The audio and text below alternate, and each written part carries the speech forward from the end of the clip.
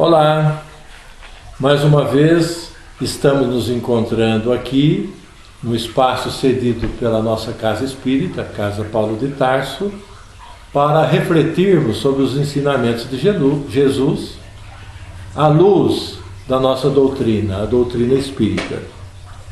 Hoje falaremos sobre o capítulo 12, Amai os vossos inimigos, itens 7 a 10.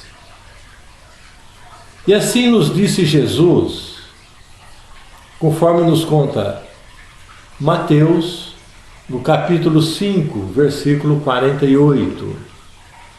Sede perfeitos, como o vosso Pai Celestial é perfeito. Amai os vossos inimigos. Hoje falaremos do roteiro, o caminho e as superações de obstáculos ensinados por Jesus, que nos leva à perfeição. De espíritos simples e ignorantes a espíritos puros, o encontro com a felicidade. Geralmente, os inimigos de hoje foram amigos ontem. E bastou uma decepção, e bastou uma ofensa para que gerasse em nós a repulsa, o rancor, o ódio, sentimentos esses que nos despertam ou que poderão despertar, que poderão alimentar o desejo de vingança. Existe em todos nós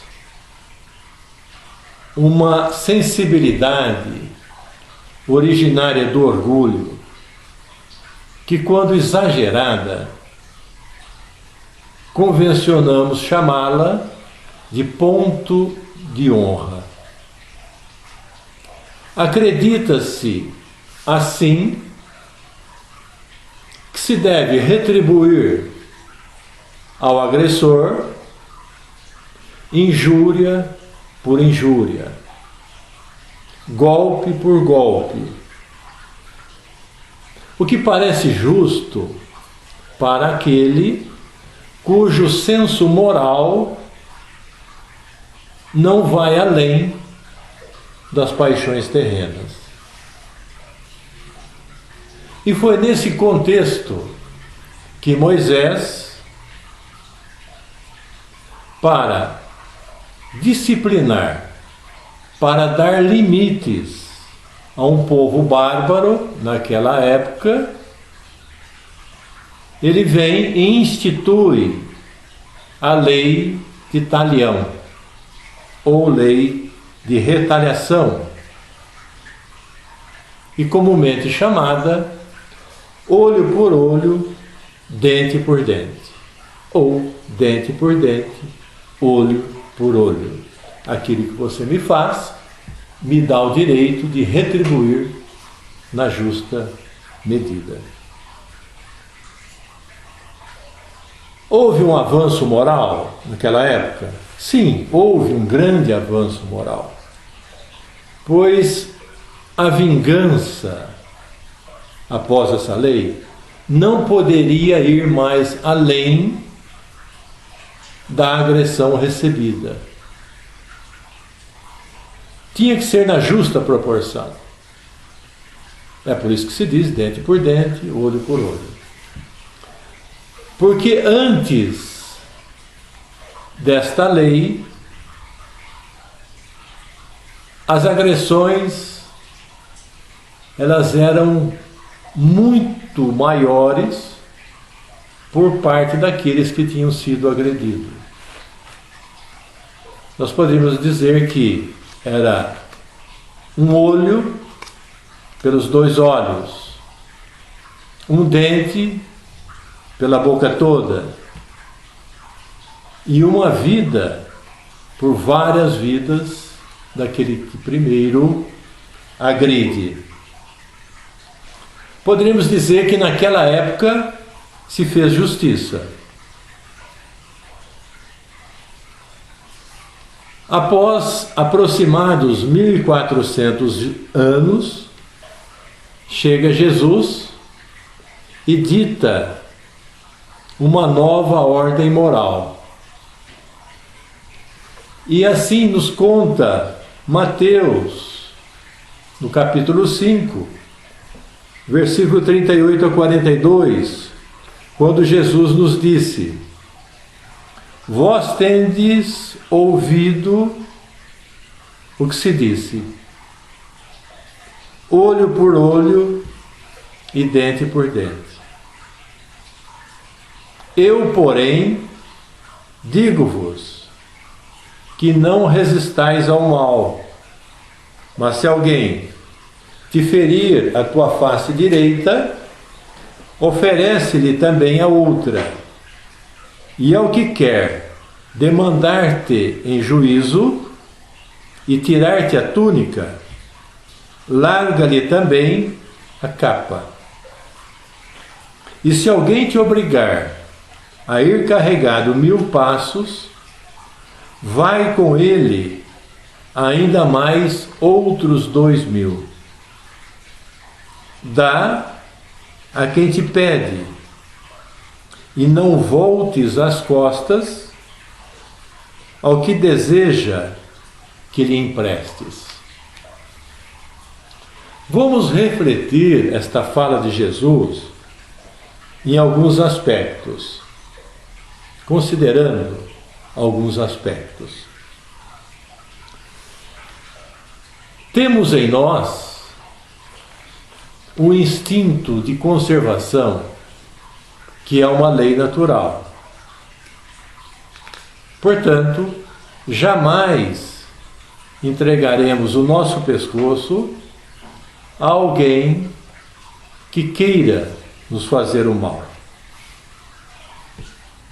Também é do nosso conhecimento que Jesus ensinava através de parábolas. Eram pequenas histórias que continham um ensinamento moral. E que também Jesus se utilizava bastante de linguagem figurada.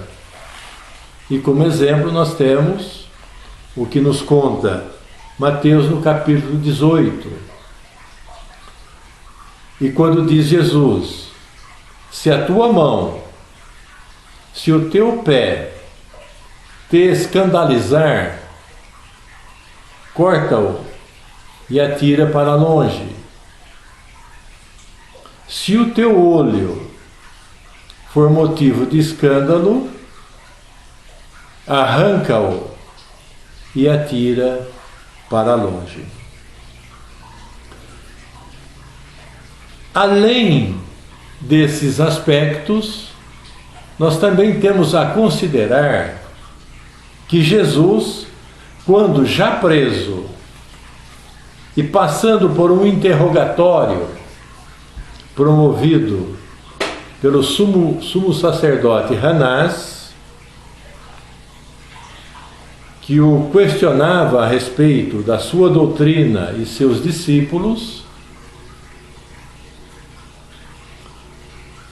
Jesus, ao responder esse questionamento, ele de imediato, ele foi esbofeteado por um dos servidores ali presente. E Jesus, como reação, ele não lhe deu a outra face, mas uma resposta desconcertante, dizendo: se falei mal, dá testemunho do mal. E se bem, por que me feres? Sendo assim, por esses aspectos, por esses poucos aspectos aqui considerados, nós podemos entender que Jesus, quando nos pede para dar a outra face, ele se refere à face do amor, à face que condena a vingança, a face que não nos permita retribuir o mal com outro mal, e sim com o perdão das ofensas. E não nos esqueçamos do diálogo que o Cristo manteve com o Pai quando ele, já crucificado e em dor extrema, ele diz, conforme nos conta Lucas, no capítulo 23, 34, Pai, perdoa-lhes, porque eles não sabem o que fazem.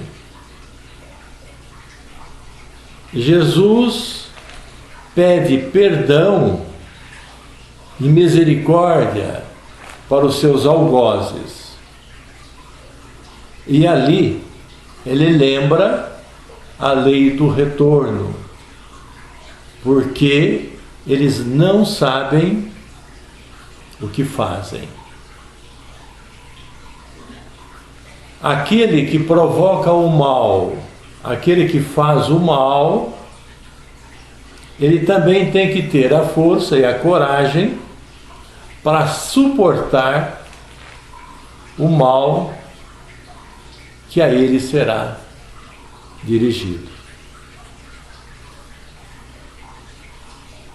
A fé na imortalidade da alma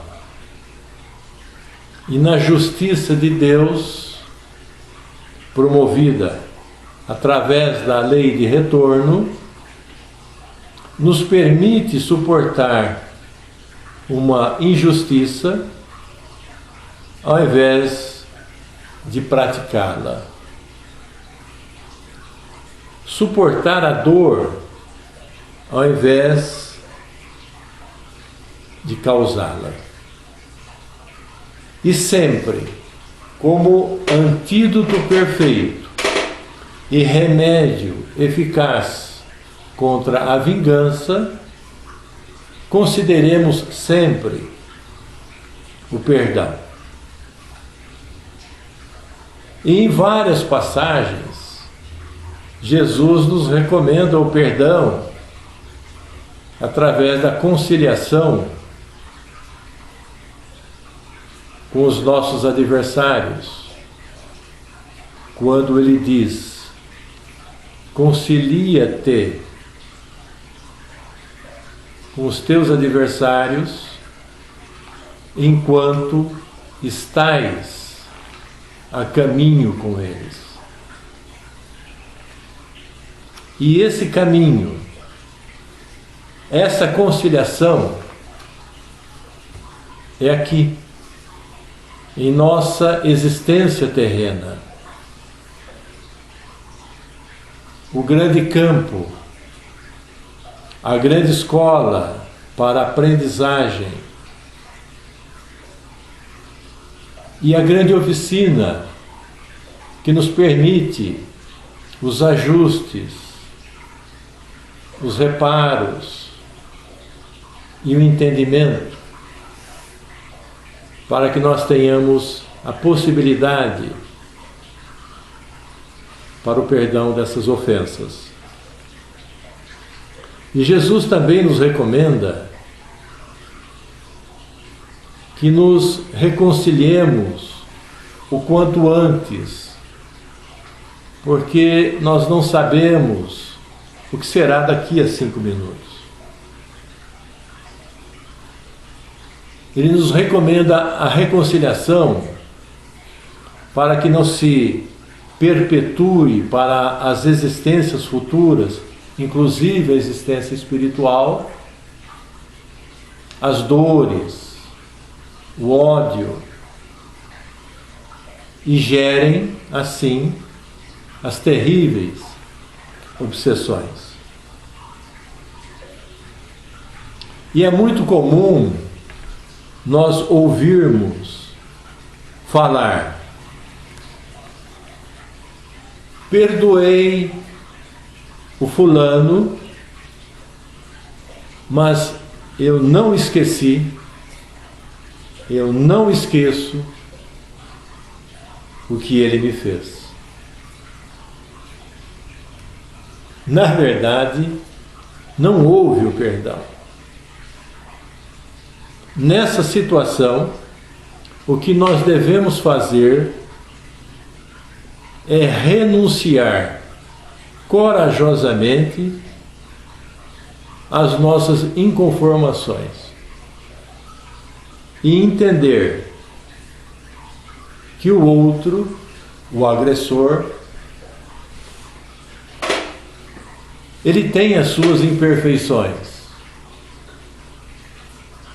E quem tem imperfeições tem também as suas dores, muitas vezes maiores que as nossas.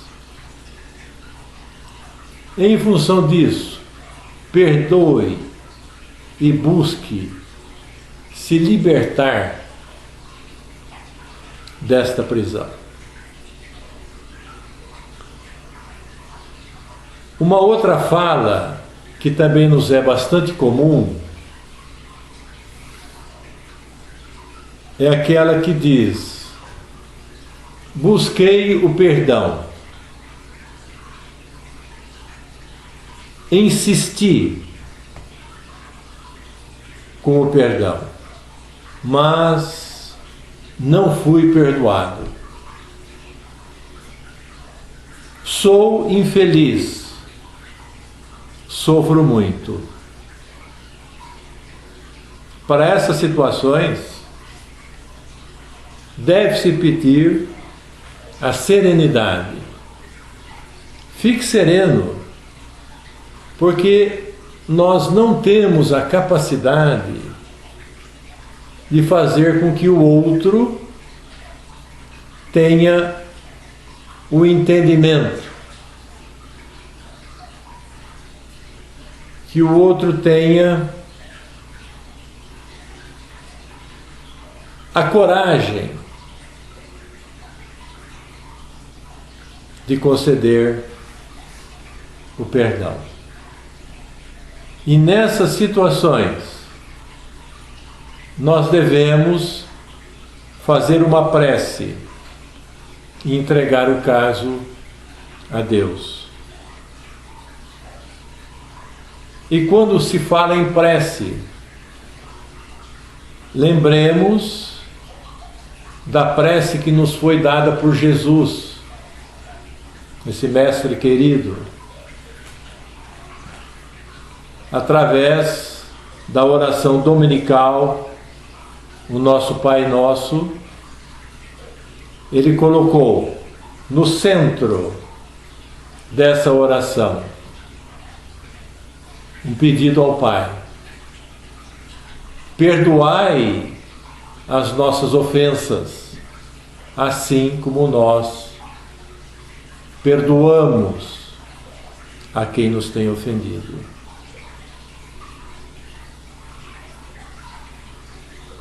Quando nós pedimos o perdão,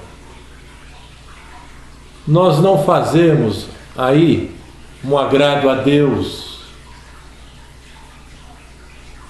Quando pedimos e quando perdoamos,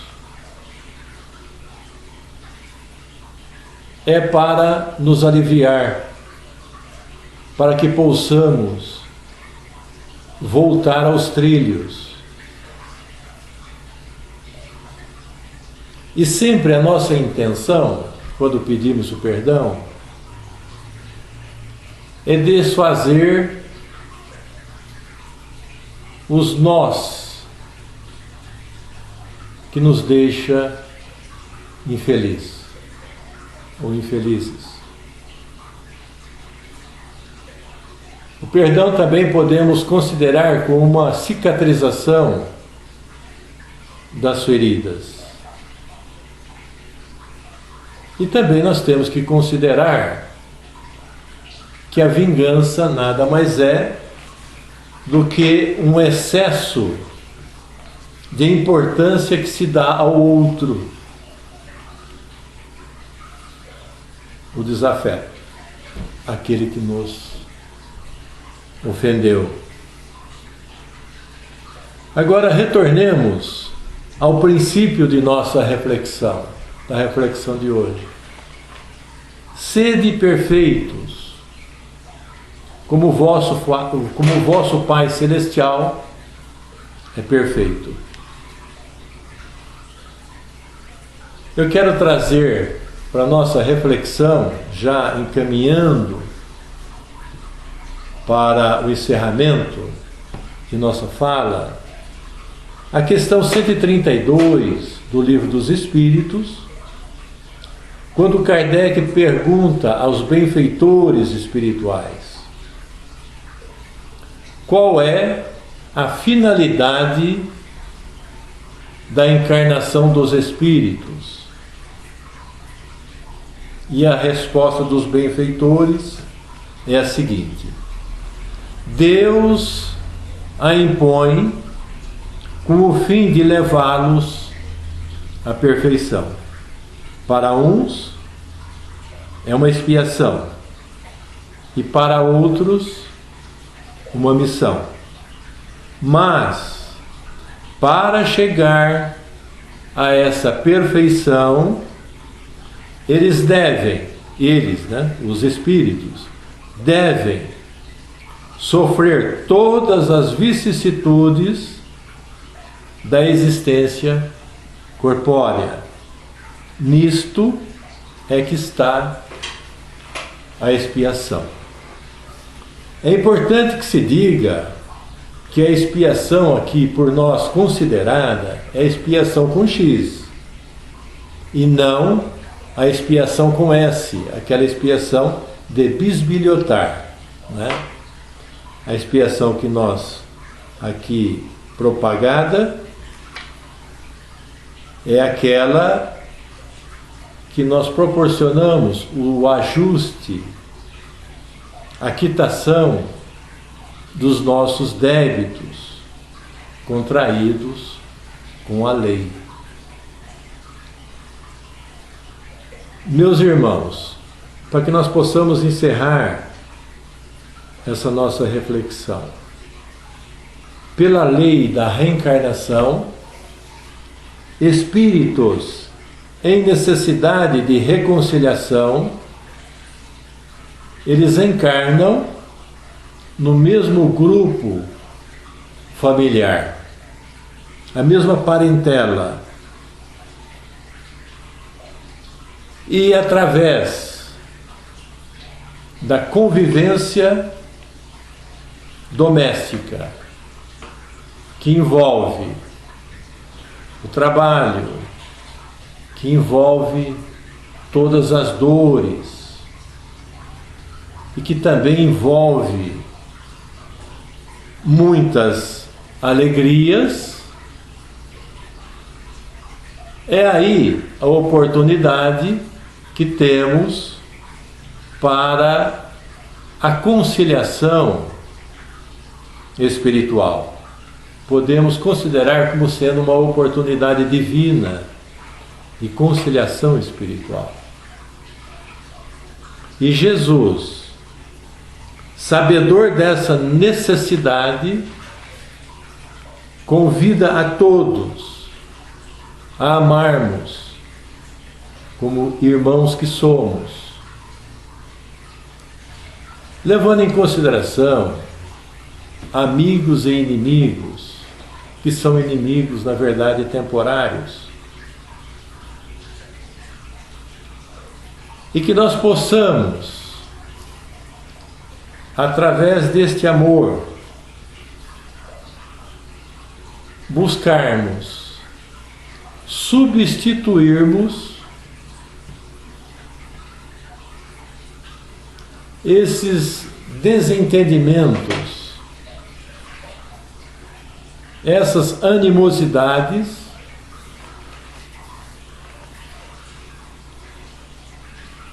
por sentimentos